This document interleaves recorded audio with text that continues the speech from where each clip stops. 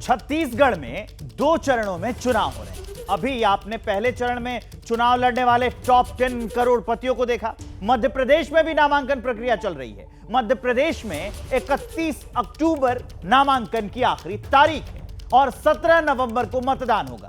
यहां जैसे जैसे नामांकन होता जा रहा है, प्रत्याशियों की संपत्ति की जानकारी सामने आती जा रही है। मध्य प्रदेश में अब तक हुए नामांकन में कितने करोड़पति हैं, पूछता है वोटर।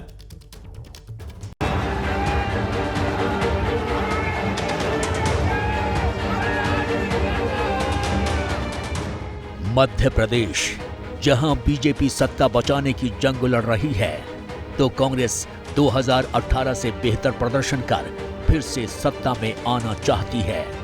दोनों दलों ने जीत हासिल करने के लिए ताकत झोंक दी है। नए कारखाने और फैक्ट्रियां लगेगी, हमारे नौजवानों को यहीं पर रोजगार मिलेगा। मेरे परिवारजनों, भाजपा सरकार की सर्वोच्च प्राथमिकताओं में से एक है अपनी बहनों को धुएं से मुक्त रसोई देना। कांग्रेस ने कर्नाटक वाला गारंटी कार्ड एमपी में भी खेला है। एमपी में कांग्रेस की सरकार बनने पर धान का समर्थन मूल्य 2500 रुपए देने का वादा, किसानों का कर्ज माफ, 100 यूनिट तक बिजली का बिल माफ, 200 यूनिट तक बिजली हाफ और 500 रुपए में गैस सिलेंडर देने का वादा किया है। साथ ही पुरानी पेंशन देने का भी भरोसा दिया है और इसी दांव से सत्ता में आने की कोशिश कर रही है कांग्रेस। 45 सालों में सबसे ज्यादा बेरोजगारी आज है हमारे देश में। यहाँ मध्य प्रदेश की जो सरकार है, पिछले 3 सालों में इन्होंने 21 रोजगार दिए हैं।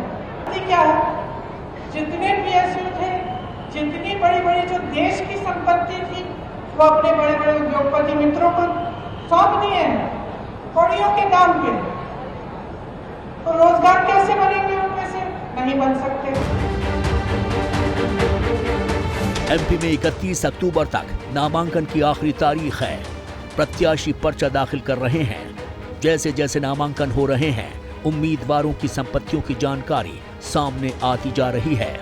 मध्य प्रदेश के समर में उतरे बीजेपी कांग्रेस के कई उम्मीदवार करोड़पति हैं। कई नेताओं के पास बंदूकें भी हैं। कईयों के खिलाफ मुकदमे भी दर्ज हैं। इसलिए राजनीति में आप देखिए ना कि व्यवसायियों का दखल बढ़ता जा रहा है, कॉरपोरेट का दखल बढ़ता जा रहा है, उद्योगपतियों का दखल बढ़ता जा रहा है। या तो वो चुनाव लड़ते हैं या उनका जो व्यवसाय होता है वो लोग चुनाव लड़ते हैं, जो व्यापारी होते हैं वो चुनाव लड़ते हैं। मध्य प्रदेश के कई बड़े नेताओं की संपत्ति अरबों में है। कमलनाथ उनमें से एक हैं। एमपी के पूर्व मुख्यमंत्री कमलनाथ ने छिंदवाड़ा विधानसभा से नामांकन दाखिल कर दिया है। कमलनाथ के हलफनामे में उनकी कुल संपत्ति का भी खुलासा हुआ है। इसमें कमलनाथ ने अपनी पत्नी की भी संपत्ति का ब्यौरा दिया है। हलफनामे के मुताबिक कमलनाथ की चल और अचल संपत्ति की कीमत 71.58 करोड़ है, तो पत्नी के पास 62.52 करोड़ की संपत्ति है। नॉमिनेशन के लिए दाखिल किए गए हलफनामे के मुताबिक कमलनाथ और उनकी पत्नी अलकानाथ के पास कुल 134.09 करोड़ रुपए की चल अचल संपत्ति है। कमलनाथ कॉर्पोरेट हाउस से आते हैं, ये किसी से छुपा हुआ नहीं है। तो कमलनाथ तो अपना व्यवसाय करते हैं और खुलेआम करते हैं। और यदि आज आप लगातार देख रहे हैं कि वो चुनाव दूसरा चुनाव है, वैसे देखा जाए तीसरा लोकसभा चुनाव भी उन्होंने कराया था, जो अपने संसाधनों से वो पार्टी को लड़ा रहे हैं।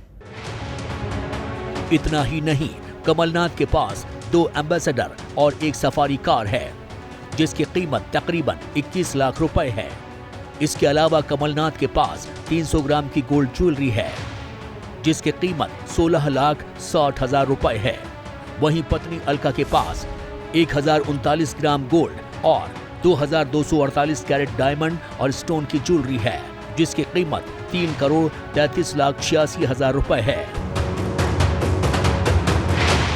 तो क्योंकि सामान्य व्यक्ति को भी अपनी सामान्य राजनीति करने के लिए जिन संसाधनों की आवश्यकता होती है वो उसके पास उपलब्ध नहीं होते। बहुत सारे राजनेता हैं जिनके व्यापार व्यवसाय के बारे में नहीं पता हो। दिग्विजय सिंह का कोई व्यवसाय नहीं है, वो पुराने राज परिवार थे, लेकिन राज परिवार की संपत्ति कितनी होगी, लेकिन उनका कोई व्यवसाय अब तक सामने नहीं आया। उनके पुत्र की संपत्ति बढ़ी, लेकिन उनका व्यवसाय कोई सामने नहीं आया। केंद्रीय मंत्री नरेंद्र सिंह तोमर ने दिमनी क्षेत्र से अपना नामांकन दाखिल कर दिया है। हालांकि 29 अक्टूबर रात 9 बजे तक उनका हलफनामा ऑनलाइन नहीं हुआ था। पहले की रिपोर्ट के मुताबिक नरेंद्र सिंह तोमर के पास 2 करोड़ 30 लाख रुपए की संपत्ति है। 2023 का हलफनामा सार्वजनिक होने के बाद संपत्ति के आंकड़े बदल सकते हैं। मध्य प्रदेश विधानसभा चुनाव के लिए अधिकतम प्रत्याशियों ने नामांकन दाखिल कर दिए हैं। बीजेपी के 5 बार के सांसद और मंत्री प्रहलाद पटेल के पास भी करोड़ों की संपत्ति है। प्रहलाद पटेल ने पहली बार विधायक के लिए नामांकन फॉर्म भरा है।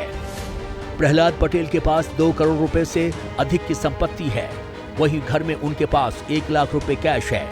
इसके साथ ही बैंक में 6,03,000 रुपए जमा हैं। पटेल के पीएफ अकाउंट में 16 लाख रुपए हैं, तो वहीं 15 लाख की LIC है। इसके साथ प्रहलाद पटेल एक जर्मन मेड रिवॉल्वर और 12 बोर की एक राइफल भी रखते हैं। प्रहलाद पटेल पर 1 करोड़ 41 लाख रुपए का कर्जा भी है। मंत्री प्रहलाद पटेल की पत्नी भी काफी अमीर हैं। उनके पास प्रहलाद पटेल से अधिक संपत्ति है। प्रहलाद पटेल की पत्नी के पास 4 करोड़ से अधिक की प्रॉपर्टी है, जिसमें सेविंग अकाउंट में 6,42,000 रुपए हैं। इसके अलावा 7 लाख की अलग रकम है। साथ ही उनके पास 1 किलो तक सोना और 12 किलो चांदी भी है। प्रहलाद पटेल की पत्नी के पास 28 लाख के शेयर भी हैं। प्रदेश सरकार में मंत्री विश्वास सारंग ने भी नामांकन दाखिल कर दिया है। विश्वास सारंग के पास 1.5 करोड़ रुपए की FD, 2.60 करोड़ रुपए का मकान, निषाद कॉलोनी में 50 वर्ग फीट की दुकान और गैरतगंज में 1 एकड़ जमीन है। पैसे वाले लोगों के पार्टी में आने से या व्यवसायियों के या औद्योगिक घरानों के जो लोग राजनीति में आ गए, उससे एक तो आम आदमी से उसका जो कनेक्ट है वो उतना रहता नहीं है। हुजूर विधानसभा से बीजेपी उम्मीदवार रामेश्वर शर्मा के पास भी करोड़ों की संपत्ति है। रामेश्वर शर्मा के पास 8.35 करोड़ रुपए की संपत्ति है। यही नहीं, उनकी पत्नी की संपत्ति में करीब 5 गुने का इजाफा भी हुआ है। दक्षिण पश्चिम में कांग्रेस उम्मीदवार PC शर्मा के पास 6 करोड़ रुपए की अचल संपत्ति है। उनके खिलाफ 14 मुकदमे दर्ज हैं। कई लोगों के धंधे तो शराब के भी होते हैं जिसमें वो लाभ लेना चाहते हैं। तो राजनीति में पैसे का उपयोग जैसे होना चाहिए, सेवा के लिए होना चाहिए। यदि आपके पास पैसा है तो वो नहीं होता, आप पैसे को मल्टीप्लाई करने में लगाते हैं। सीधी से बीजेपी उम्मीदवार रीति पाठक की आय 15.07 लाख रुपए सालाना है। रीति पाठक और उनके पति रजनीश के पास 2.35 करोड़ की चल अचल संपत्ति है। चुरहट से कांग्रेस प्रत्याशी अजय सिंह की पत्नी सुनीति सिंह उनसे ज्यादा अमीर हैं। अजय की संपत्ति 19.45 करोड़ रुपए है, जबकि पत्नी के नाम 20.40 करोड़ की संपत्ति है। इनके अलावा कई और अरबपति उम्मीदवार चुनाव मैदान में ताल ठोक रहे हैं। 31 अक्टूबर को सभी प्रत्याशियों की संपत्ति की जानकारी सामने आ जाएगी।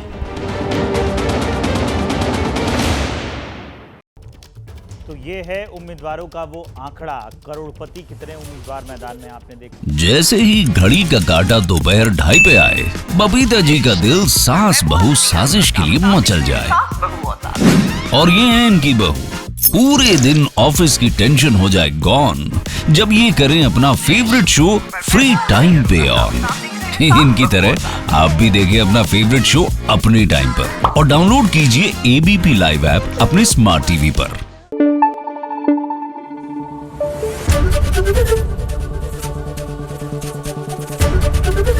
ABP न्यूज आपको रखे आगे।